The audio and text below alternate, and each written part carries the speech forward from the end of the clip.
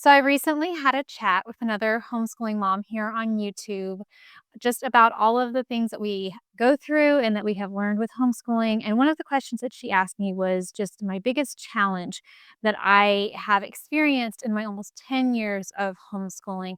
And without hesitation, I said spelling for my oldest child. And I briefly mentioned how I went about finally getting his spelling to be pretty good. And I had several questions about it. So today I'm going to tell you all about how I use typing to teach spelling.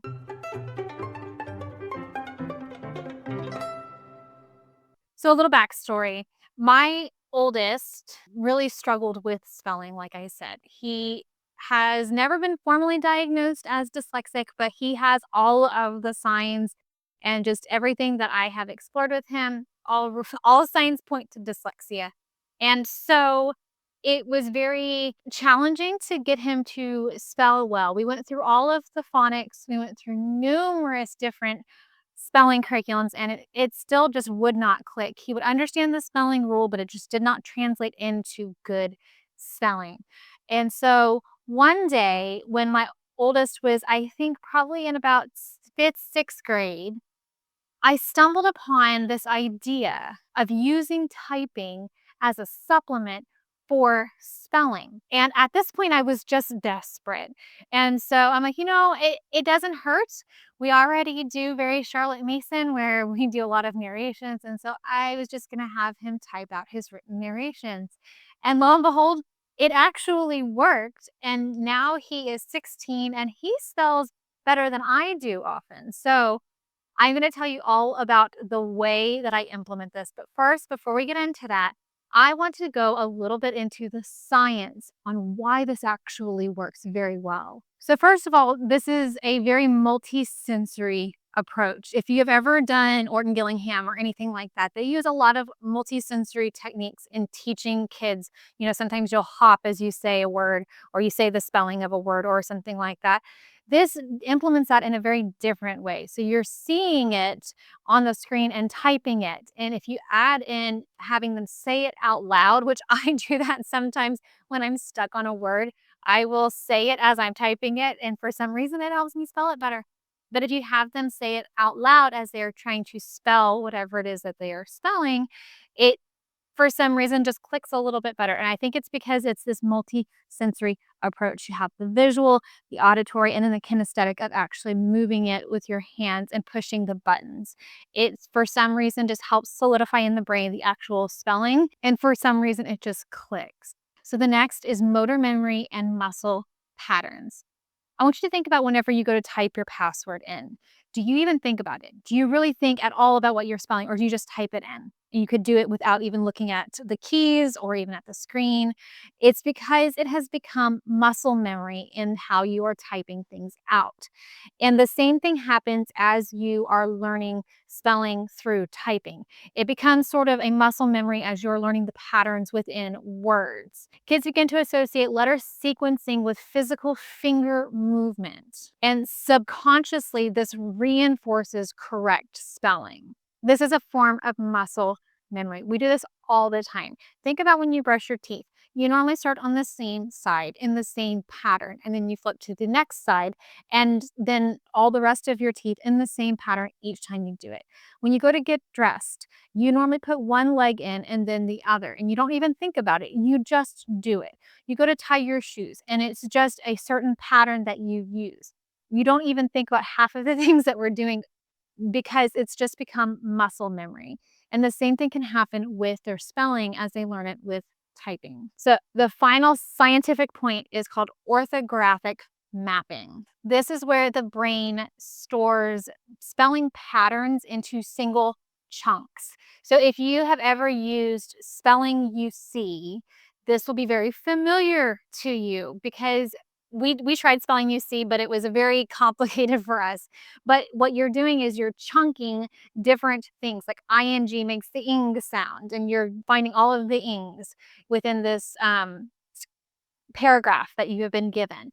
And so you're doing all of this chunking. Well, as you are typing it, your brain automatically makes those chunks and you just spell it like that. When your kids are typing, it helps them to see those chunks and really to retain it. And if you pair this along with a very strong phonics program, initially starting out with a phonics program, it will help them to make that connection more naturally. Okay, so that is all of the geeky stuff, all of the fun sciencey stuff.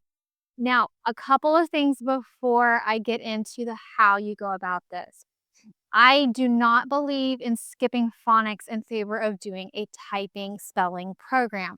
I think that you are missing a huge portion, a huge initial training that you need to do in order for this to be effective. So we are starting with phonics because phonics has been scientifically proven to be the best way to teach spelling. And so you're not going to put your first grader on the computer.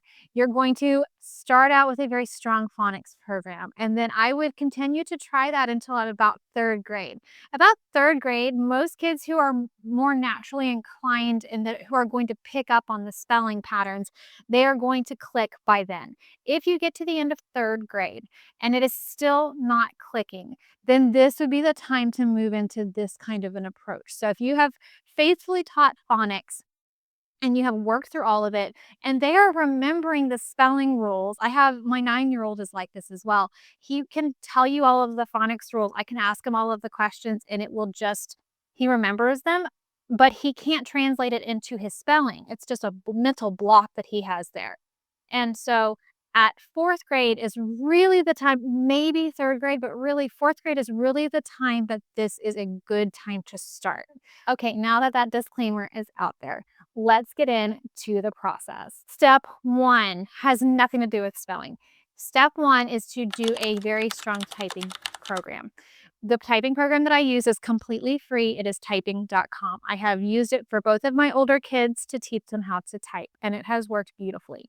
It is very simplistic. It takes them through the entire process from not knowing how to type at all to typing pretty well. And then you can move them into just a typing practice program to build up speed. But make sure before you start doing this that you have them very well versed on how to type.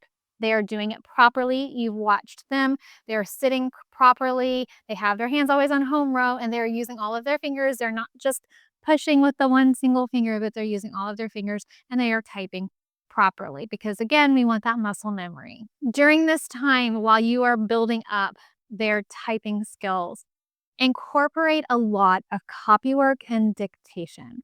I am a huge fan of copywork and dictation. I believe it really does help them to start seeing more of these patterns and writing these patterns and these phonics principles as they are copying things out. Feel free if you want to just scale back on a lot of their written assignments.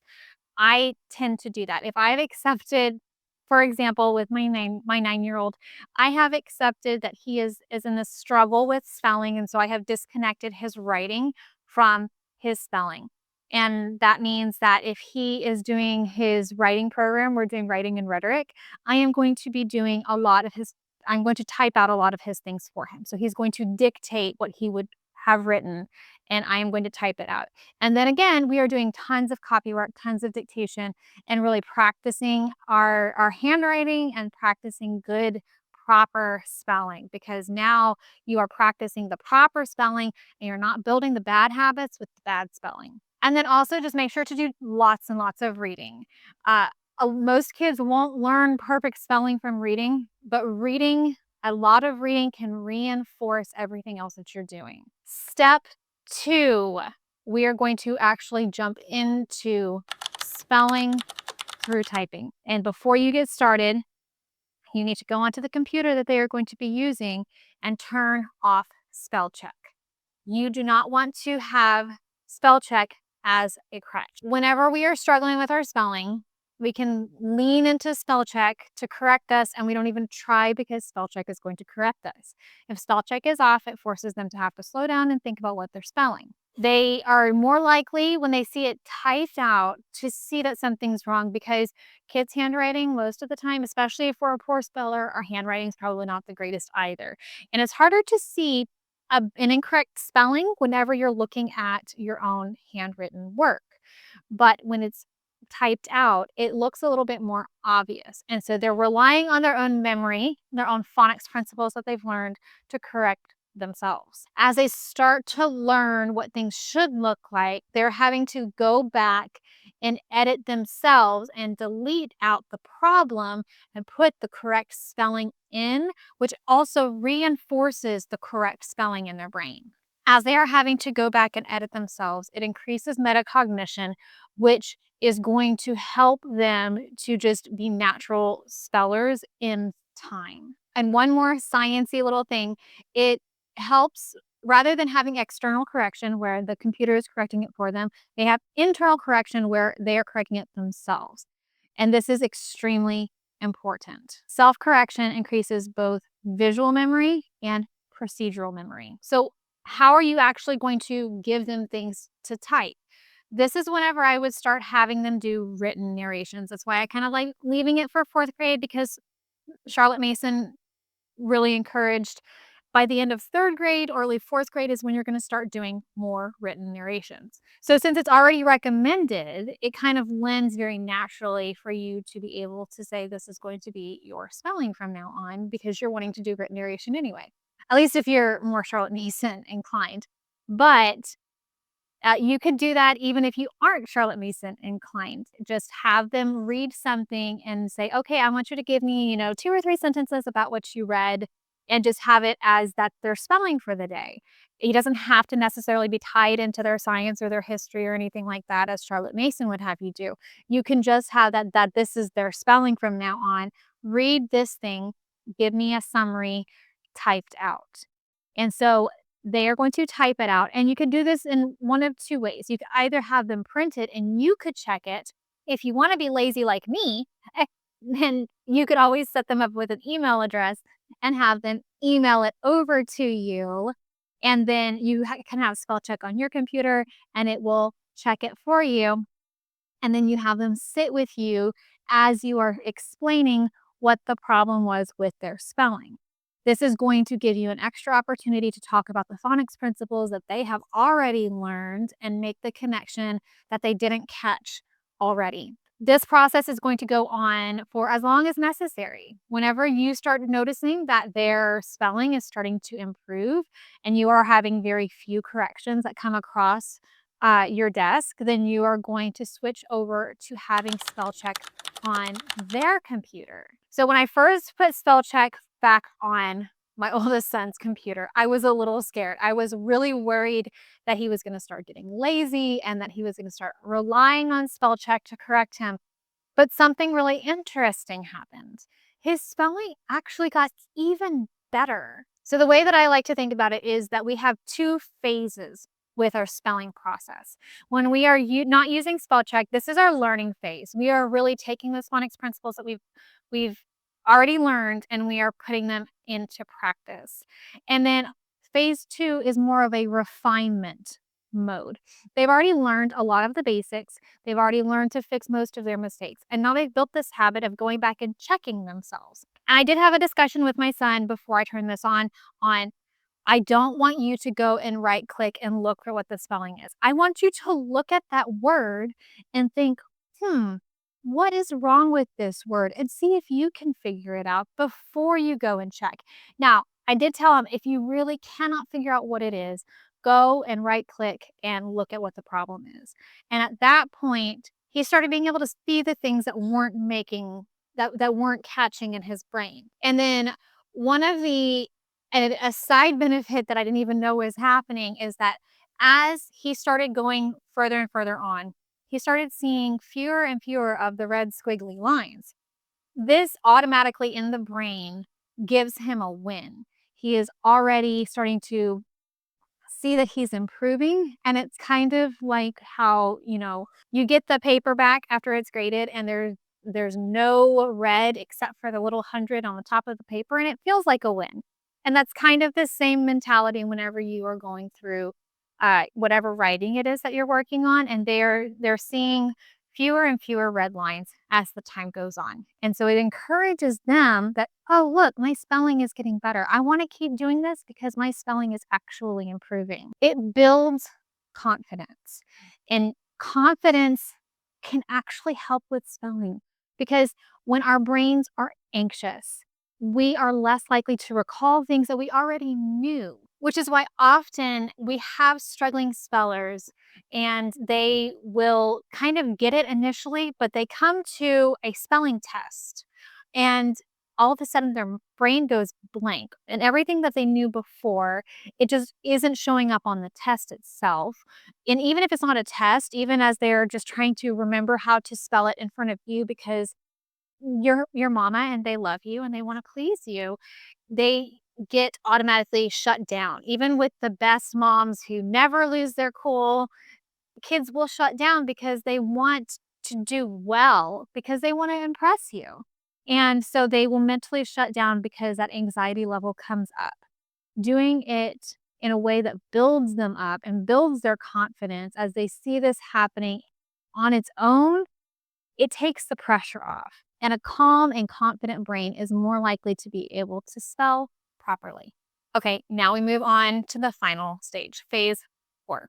In this final stage, we are going to be testing. Now, it's not normal testing like you would do with a spelling test. What I did was I started reincorporating handwritten narrations. And so he was still doing typing narrations, but I would also have him do handwritten narrations. So I could see how is his spelling coming along. So I could see if I was translating into long-term memory with spelling. And what I have found is that it stuck.